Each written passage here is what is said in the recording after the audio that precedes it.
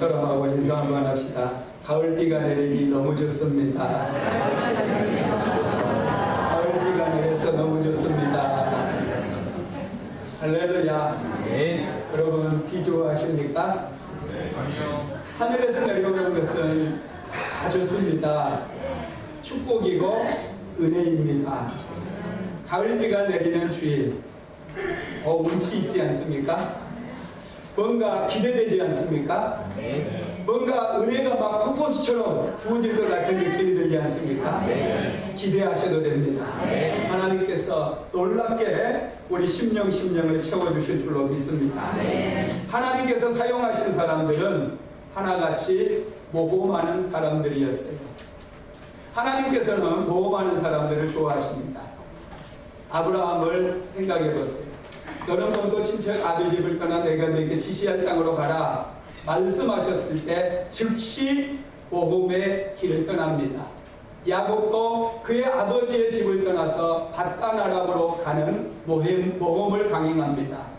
다윗 역시도 사울왕에게 쫓기면서 끊임없이 도전하고 모험하는 삶을 통해서 그는 이스라엘의 지도자가 되었고 위대한 왕이 될 수 있었다는 것이죠. 오늘 본문 말씀의 배경이 되는 사건은 오병이어의 기적입니다. 오병이어의 기적은 벳세다 광야에서 일어난 사건이죠. 오병이어의 기적을 경험하고 떡과 물고기를 먹었던 사람들은 엄청난 감동을 받습니다. 그리고 흥분했어요. 그들은 예수님을 잡아다가 왕으로 삼으려고 했습니다. 예수님께서 왕이 되시면 그들은 더 이상 일하지 않아도 돼요. 공짜로 먹고 살 수 있습니다. 그래서 벳세다 광야는 술렁거렸어요. 그때 예수님께서는 제자들을 재촉하십니다. 너희들은 먼저 바다 건너편으로 가라. 그리고 무리들을 보내신 다음에 예수님은 산에 오르십니다. 그곳에서 밤새도록 하나님 앞에 기도했어요. 예수님이 인기에 연연하지 않습니다. 사람들의 인정에도 여러분 목마르지 않습니다. 예수님은 기도하러 산에 올라가셨어요. 오늘 본문 한번 같이 읽어봅니다. 마태복음 14장 22절에서 23절입니다. 예수께서 즉시 제자들을 재촉하사 자기가 무리를 보내는 동안에 배를 타고 앞서 건너편으로 가게 하시고 무리를 보내신 후에 기도하러 따로 산에 올라가시니라. 잠을 내 거기 혼자 계시더니 군중들은 예수님을 왕으로 삼으려고 했어요. 예수님의 인기가 절정에 올라 있었어요. 예수님은 그곳에 안주하지 않았습니다. 무리를 다 흩어서 돌려보내시고 혼자 기도하러 갔다는 거죠. 그리고 제자들은 배를 타고 갈릴리 바다 건너편으로 가게 되어지는데 바다 중간에서 큰 풍랑을 만납니다. 그들은 뱃사람이었어요. 항해에 가난한 누구보다도 전문가였습니다. 그런데 폭풍우가 거세게 몰아쳤기 때문에 그들은 바다 가운데서 가지도 못하고 오지도 못하는 진퇴양난에 빠지게 되어집니다. 그들이 고난을 당하고 있을 때 예수님께서 기도를 멈추시고 무리를 걸어서 제자들에게 다가가십니다. 마태복음 14장 24절 25절 같이 읽어보겠습니다. 배가 이미 육지에서 술이나 떠나서 바람이 거스름으로 물결로 말미암아 고난을 당하더라. 밤사경에 예수께서 바다 위로 걸어서 제자들에게 오시니 예수님께서 바다 위를 걸어오셨어요. 바다 위를 걸어가면 어떻게 되죠? 물에 빠집니다. 이건 자연법칙. 하나님께서는요 자연법칙을 거스르지를 않습니다. 자연법칙에 하나님 스스로 순응을 하십니다. 그런데 가끔 성경에 보면은 하나님께서 자연법칙을 깨시고 자연법칙을 거스른 사건이 나옵니다. 왜 자연법칙을 만드신 분이 자연법칙을 초월하시고 자연법칙을 깨뜨리실 때가 있는가? 여러분 특별한 목적이 있을 때 오늘 본문 우리가 읽은 말씀도 예수님께서 특별한 목적을 가지시고 무리를 걷게 되어집니다. 여러분, 오늘 본문에서 왜 예수님께서 무리를 걸으셨을까요? 제자들이 예수님이 어떤 분인가를 정확하게 알기 위한 목적이 하나고요. 두 번째로는 제자들을 훈련시키기 위함입니다. 예수님은 어떤 분이실까요? 첫째는요, 모험을 좋아하시는 분이십니다. 하나님께서 세상을 창조하신 것은 모험이에요. 엄청난 모험입니다. 여러분, 뭔가를 새롭게 만드는 것은요, 이건 모험입니다. 실패하면 엄청난 손해가 있어요. 여러분, 뭔가 새로운 것을 만드는 것은요, 기회인 동시에 여러분 위기예요. 하나님께서 세상을 만드신 것은 굉장한 모험입니다. 세상을 만들었다는 얘기는요, 이 세상이 움직이는 모든 것을 다스리고 섭리하겠다라고 하는 그런 의미가 있어요. 하나님께는 일정한 짐이라는 거죠. 그런데 이 짐을 마다하지 않으시고 세상을 만드셨어요. 왜냐하면 모험을 할 때 기쁨이 있기 때문에 그렇습니다. 사람을 만드시고 사람에게 자유의지를 주셨습니다. 이것도 모험입니다. 자유의지를 주셨다라고 하는 것은요, 타락할 수 있는, 하나님을 배반할 수 있는 그 여지까지도 남겨두셨다는 거예요. 그런데 하나님께서는 모험을 하셨어요. 그리고 사람은 자유의지를 사용해서 결국 타락했습니다. 그렇지만 하나님께서는 또 다른 모험을 감행하십니다. 하나님의 아들 독생자 예수 그리스도를 이 땅에 보내시고 십자가에 못 박혀 죽게 하시는 그런 모험을 감행하셨다는 거예요. 왜냐하면 여러분, 모험의 정신은 사랑의 정신입니다. 하나님 안에는 모험 정신이 있었지만 사랑이 담겨 있었어요. 모험은 여러분 사랑입니다. 하나님께서도 세상을 사랑하셨어요. 사람을 사랑하셨어요. 그래서 독생자 예수 그리스도를 이 땅에 보내셔서 십자가에 못 박혀 죽게 하신 거죠. 여러분, 그렇습니다. 하나님께서는 우리 인생들을 만드실 때 하나님의 형상을 닮게 만드셨어요. 그래서 저와 여러분 안에는 모험 본능이 숨겨져 있습니다. 모험을 할 때 기쁨을 느끼게 만듭니다. 모험을 할 때 잠재력이 깨어나게 만들어 주십니다. 특별히 오늘 본문, 우리가 읽은 본문에 보면은 베드로는 모험을 시도합니다. 엄청나게 폭풍과 몰아치는 바다 한가운데서 그는 예수님께 한 가지를 부탁을 합니다.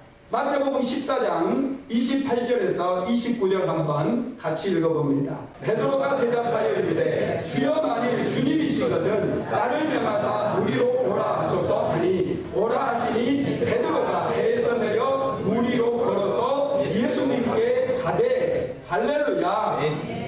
주여 만일 주님이시거든 나로 명하여 무리로 오라 하소서. 여러분, 배 밖은 바다입니다. 배 밖으로 나가면 어떻게 되죠?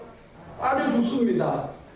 그런데 베드로는 예수님께 부탁을 했어요. 나로 하여금 배 밖으로 나가게 해주세요. 다시 말씀드리면 배 밖으로 나가서 무리로 걷게 해달라는 얘기입니다. 배 밖으로 나가면 빠져 죽는 것이 일반적인 상식입니다. 모험 정신이 없는 사람은 절대로 그렇게 고백할 수가 없다라는 것이죠. 하나님을 믿는 사람들은 모험으로 나아가게 되어진다는 것이죠. 두 번째로 예수님께서 모험을 통해서 우리의 믿음을 성장시키기를 원하셔요. 왜 초자연적인 그런 사건들을 예수님께서 보여주시고 친히 바다 위를 걸어오셨느냐? 모험을 통해서 우리의 믿음을 성장시키기 위함이라는 것이죠. 여러분, 제자들은 뱃사람이라고 말씀을 드렸어요. 누구보다도 배에 관해서는 전문가들입니다. 그런데 여러분, 풍랑이 찾아올 때 그들은 오도 가도 못하게 되었어요. 한번 좀 더 깊이 생각해 봅시다. 지금 제자들이 배를 타고 갈릴리 바다를 횡단해 가는 것은 누가 시켰기 때문입니까? 예수님께서 말씀하셔서 그 말씀에 순종해서 그들이 배를 타고 갈릴리 바다를 횡단하고 있습니다. 그런데 갑자기 풍랑이 몰아쳐가지고 그들은 갈릴리 바다 한가운데서 고난을 당하고 있는, 여러분 놀랍지 않습니까? 우리는 하나님 말씀 순종하면 축복받아. 말씀에 순종해야 돼. 말씀에 순종하면 좋은 일이 일어나.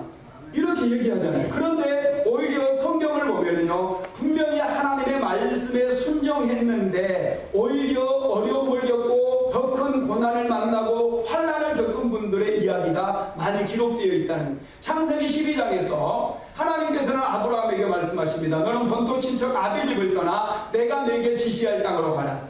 아브라함은 즉시 순종을 합니다. 그리고 하나님께서 지시할 땅으로 가게 되어져요. 그러면 가나안 땅에 오두막이라도 하나 지어주고 좀 땅이라도 몇 평 주면서 아브라함 여기서 먹고 살아라, 이렇게 얘기해 놓으면 얼마나 좋아요. 그런데 아브라함이 도착했을 때 그곳에는 아무것도 없었어요. 허벌판이에요. 더군다나 가나안 7족속들이 이미 그 땅을 다 차지하고 빈 땅이 하나도 없는 거예요. 겨우 자리를 잡고 하나님 앞에 예배드리고 정신을 좀 차렸는데요, 그 땅에 갑자기 기근이 찾아와요. 여러분, 아브라함의 마음이 얼마나 참담했겠습니까? 얼마나 고통스러웠겠습니까? 기근이 찾아왔는데 작은 기근이 아닙니다. 심각한 기근이 찾아온 거예요. 그래서 아브라함이 점점 의심을 하면서 외국으로 내려갔다는 거예요. 분명히 하나님의 말씀에 순종했는데 고난이 찾아왔어요. 이것은 하나님께서 우리를 훈련시키고자 하는 그런 마음 때문에 그렇다. 지금 예수님의 제자들 역시 마찬가지입니다. 하나님의 말씀에 순종했어요. 하나님의 말씀 붙들었어요. 그리고 갈릴리 바다를 지금 횡단을 해서 건너편으로 가고 있습니다. 여러분, 우리의 삶에도 이런 일이 얼마든지 찾아올 수 있어요. 분명히 하나님 말씀에 순종하고 하나님 말씀 의지해서 인생을 살아갑니다. 그런데 이상하게 일이 안 풀려요. 더 어려워요. 하나님께서 그분을 향하신 계획이 있는 거예요. 그분을 훈련시켜서 더 큰 일을 맡기고자 하는 그런 계획이 있는 거예요. 하나님께서는요, 우리에게 고난을 주신 이유가 있어요. 신명기 말씀에 보면은 고난을 주신 이유를 4가지로 설명을 하고 있습니다. 첫째는요, 말씀에 의지하여 살게 하기 위함이래요. 신명기서 8장 3절 한번 같이 읽어봅니다.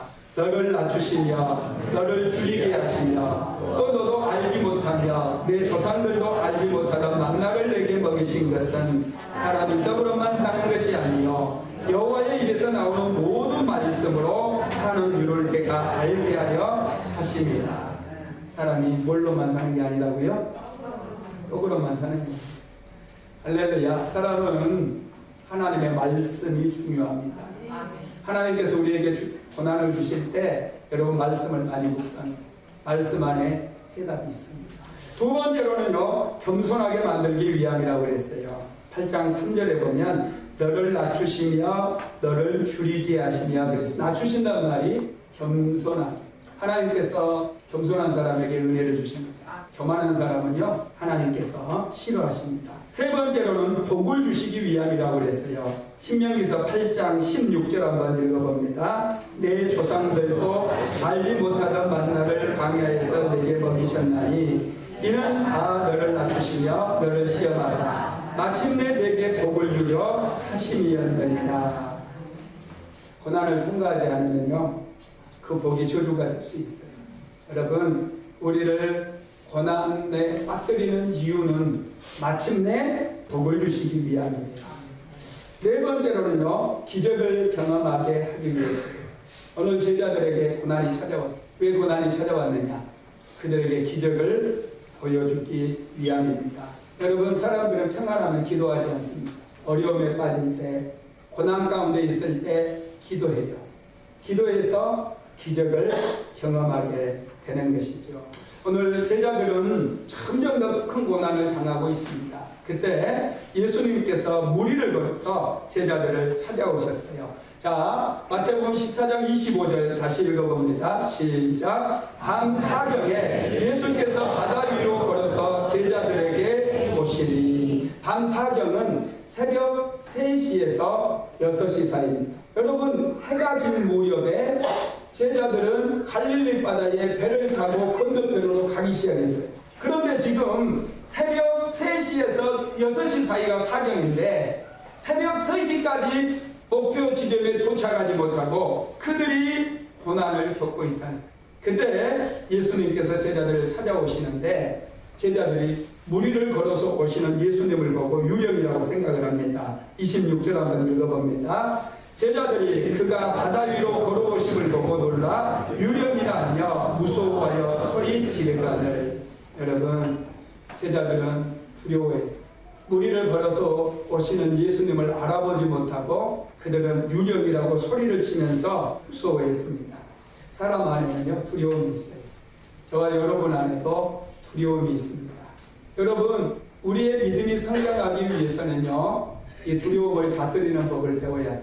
믿음과 두려움은 반비례합니다. 믿음이 커지면 두려움은 작아져요. 두려움이 커지면 믿음은 작아집니다. 하나님을 믿는 믿음이 더 자라게 되기를 주님의 이름으로 축원드립니다. 예수님께서 제자들에게 이렇게 말씀하십니다. 27절 읽어봅니다. 예수께서 즉시 이르시되 안심하라 나니 두려워하지 말라. 안심하라 나다 두려워하지 말아라. 여러분, 살다 보면은 두려운 일들이 굉장히 많습니다. 여러분, 우리가 세상을 이기면서 두려움을 이기면서 살기 위해서는 믿음을 키워야 된다는 거죠. 하나님께서는 여러분, 저와 여러분에게도 두려워하지 말라고 말씀하고 있어요. 두려움은 우리의 생각을 마비시켜버립니다. 우리가 바라보는 것들을, 여러분, 바라보는 대상을 다른 곳으로 향하게 만들어버립니다. 베드로 역시 마찬가지입니다. 두려움을 이겨내야 앞으로 만나게 될 많은 어려움들을 잘 극복할 수 있어요. 베드로는 나니 안심하고 안심하라 나니 두려워하지 말라 이런 음성을 들었을 때 그는 예수님께 이렇게 고백을 합니다. 다시 읽어봅시다. 28절 베드로가 대답하여 이르되 주여 만일 주님이시거든 나를 명하사 무리로 오라 하소서 하니 베드로는 즉시 모험을 시도했어요. 여러분, 인류 역사상 바다 위를 걸은 사람은 단 한 사람도 없습니다. 구약시대에 홍해바다를 건넌 이스라엘 민족들은 바다가 갈라져서 땅을 밟고 건넜습니다. 요단강이 갈라졌을 때 엘리야는 요단강 바닥을 걸으면서 강을 건넜습니다. 그런데 베드로는 지금 예수님께 나도 무리로 오라 하소서 할렐루야 새로운 도전에 직면하는 거예요. 대단한 모험을 하는 거예요. 왜 이런 고백을 할 수 있었느냐 하면 베드로는 말씀의 능력을 경험했기 때문에 그렇습니다. 여러분, 베드로의 장모가 열병으로 고통당하고 있을 때 예수님께서 그 집을 신방하셔서 말씀으로 베드로의 장모를 고쳐주십니다. 뿐만 아니라 베드로가 갈릴리 바다에서 밤이 맞도록 고기를 잡았는데 단 한 마리도 잡지 못했어요. 아침이 되어서 그물을 정리하고 있을 때 예수님께서 베드로의 배에 오르십니다. 그리고 많은 사람들에게 하나님의 말씀을 전한 다음에 베드로에게 말씀하시고요. 베드로야, 깊은 곳에 가서 그물을 내려라. 베드로는 바다의 전문가입니다. 고기 잡는 일의 전문가예요. 낮에 고기를 잡으면 갈릴리 바다의 고기들은 깊은 바다 속으로 들어가기 때문에 단 한 마리도 잡을 수 없어요. 그때 베드로가 예수님 앞에 뭐라고 고백합니까? 내가 말씀에 의지하여 그물을 내리리이다. 그래서 베드로는 배를 이끌고 깊은 바다에 가서 그물을 내립니다. 그물을 걷어 올렸을 때 그물이 찢어질 만큼 고기가 많이 잡힌 거예요. 베드로 안에는 하나님의 말씀, 예수님의 말씀은 기적을 일으킨다라고 하는 그러한 믿음이 있었습니다. 그래서 나로 명하여 무리를 걷게 하소서 고백을 했어요. 예수님께 부탁을 했어요. 예수님께서 오라고만 하시면 자신은 인류 역사상 전무후무한 그런 기적의 주인공이 될 수 있기 때문에 베드로는 두려워하지 않았어요. 왜요? 예수님이 함께 하시기 때문에. 예수님께서 뭐라고 말씀하십니까? 오라, 할렐루야, 오라고 말씀하십니다. 자, 29절 한번 같이 읽어봅니다. 시작. 오라 하시니 베드로가 배에서 내려 무리로 걸어서 예수께로 갈때 베드로는 여러분 오라고 말씀이 떨어지는 순간 즉시 순종해서 배 밖으로 나가버립니다. 배 밖으로 나갔을 때 그는 하나님의 능력을 경험했어요. 말씀의 능력을 경험했어요. 배 밖으로 나갔을 때 기적을 경험했습니다. 배 안에 남아있다면 그는 절대로 하나님의 살아계심을 경험할 수 없었다라는 사실입니다. 할렐루야.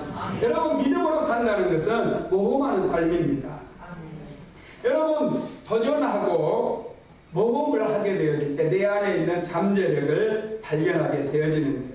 우리는 모험할 때 인생의 새로운 세계를 경험하게 되어져요. 기쁨을 경험하게 되어집니다. 안전만 추구하면 발전이 없습니다. 우리의 잠재력도 발견할 수 없습니다. 지금 배 안에는 예수님의 제자 11명이 안전을 추구하면서 두려워 떨고 있습니다. 베드로만이 배 밖으로 나왔어요. 안전을 포기했어요. 배 밖으로 나온 베드로가 초대교회의 최고의 리더가 될 수 있었고 예수님의 수제자가 될 수 있었다는 것이죠. 여러분, 배 밖으로 나올 때 우리는 살아계신 하나님의 능력을 경험할 수 있습니다. 베드로가 배 밖으로 나왔을 때 그는 무리를 걸을 수 있다는 사실을 경험했어요. 베드로가 배 밖으로 나왔을 때 무리를 걷게 하시는 예수 그리스도의 능력을 경험하게 되었다는 것. 배 안에 있으면 도저히 경험할 수 없는 그런 기적을 여러분 배 밖으로 나오니까 경험할 수 있었다는 것. 세 번째, 모험은 예수님을 바라보게 만듭니다. 예수님을 바라보고 봤을 때 아무런 문제가 없었어요. 그런데 베드로가 바람을 보았을 때 베드로는 침몰합니다. 자, 마태복음 14장 30절 같이 읽어봅니다. 바람을 보고 무서워 빠져가는지라 소리질러 이르되 주여 나를 구원하소서 하니. 베드로가 환경을 바라보았어요. 바람을 바라보았습니다. 그때 어떻게 됐어요? 위로 빠졌어요. 믿음은 끝까지 예수님을 바라보는 거예요. 끝까지 예수님을 바라보면 그는 절대로 물 속으로 침몰할 위험이 없습니다. 그런데 환경을 바라보았을 때 그는 즉시로 물에 빠져들어가기 시작합니다. 그런데 베드로가 위대한 것은 어디죠? 베드로는 물에 빠져가면서 예수님 바라보았어요. 그리고 즉시 소리를 지릅니다. 주여 나를 구원하소서. 할렐루야. 바로 인생 승리의 비결은 여기에 있는 거예요. 예수님께서 즉시 다가오십니다. 즉시 손을 내밀어서 베드로를 여러분 물 위로 다시 건져주십니다. 배 안에서 안전만 추구했던 사람들은 예수님의 능력의 손을 붙잡을 수 없었어요. 배 밖으로 나갔던 베드로는 물속에 빠졌을 때 다시 한번 예수님의 능력의 손을 붙잡고 물 위로 올라올 수 있었던 것. 실패를 두려워하지 마십시오. 우리는 실패 중에서도 예수님의 능력의 손을 붙잡는 그런 축복을 누리게 되어집니다. 여러분, 하나님을 믿을 때 끝까지 견디고 끝까지 참게 되면 하나님의 능력의 손, 기적의 손을 우리는 경험할 수 있게 된다는 겁니다. 여러분, 진짜 실패자가 누굴까요? 베드로일까요? 아니면 배 안에서 두려워 떨고 있었던 11명의 제자들입니다. 여러분, 안전만을 추구하게 되면 우리는 발전이 없습니다. 여러분, 모험을 하기 위해서 가장 중요한 것은 뭐냐면 사랑입니다. 베드로가 바다 위를 걸을 수 있었던 것은 예수님을 사랑했기 때문에. 사랑하면 믿고 신뢰합니다. 끝까지 신뢰해 줄 때 우리는 모험에서 내 삶을 변혁하고 내 삶을 개혁하고 내 삶을 좀 더 나은 삶으로 바꾸어갈 수 있다는 겁니다. 여러분, 성공도 길지 않고요, 실패도 길지 않습니다. 사랑만 영원합니다. 믿음, 소망, 사랑, 이 세 가지는 여러분 함께 할 것인데 사랑이 영원하다. 사랑하시게 되기를 주님의 이름으로 축원합니다.